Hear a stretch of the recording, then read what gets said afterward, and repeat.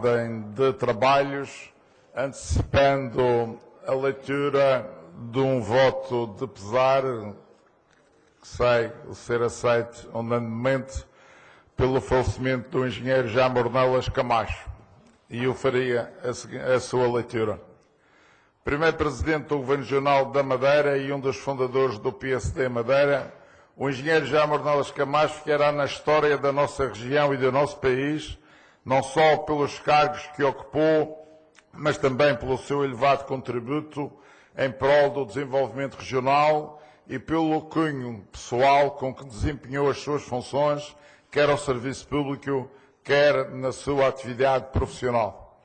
Nascido em 1921 na freguesia do Corral das Freiras e formado em Engenharia Civil pelo Instituto Superior Técnico, Jaime Ornelas Camacho começou por exercer funções na Junta Geral da Funchal, tendo mais tarde integrado a Junta Governativa da Madeira. Foi empossado no cargo de Presidente do Governo Regional a 19 de novembro de 1976, o qual desempenhou até 17 de março de 1978.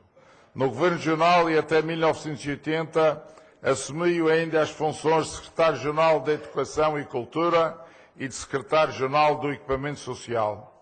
Do seu currículo faz também parte a direção técnica da construção da primeira fase dos aeroportos do Porto Santo e do Funchal e as muitas distinções que recebeu ao longo da vida.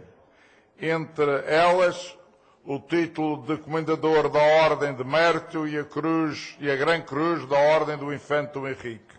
Em agosto de 2001, é-lhe atribuída a Medalha de Ouro de Mérito Municipal e, no mesmo ano,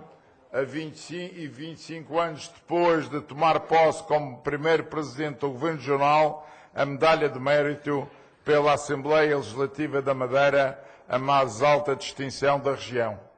Em abril de 2003, volta a ser alvo de homenagem, tendo sido atribuído o seu nome e a um arruamento no Corral das Freiras. E em 2009, recebe o título de membro conselheiro, o mais alto nível de qualificação profissional que é atribuído pelo Conselho Diretivo Nacional da Ordem dos Engenheiros pela sua participação em obras de referência na Madeira, como a construção da rede de levadas e pelos feitos alcançados como político e como engenheiro.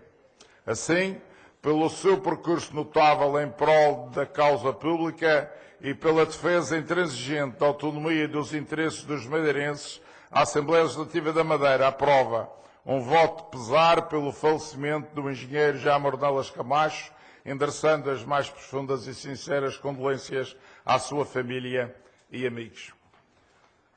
Entendendo que a sua aprovação fica aceite,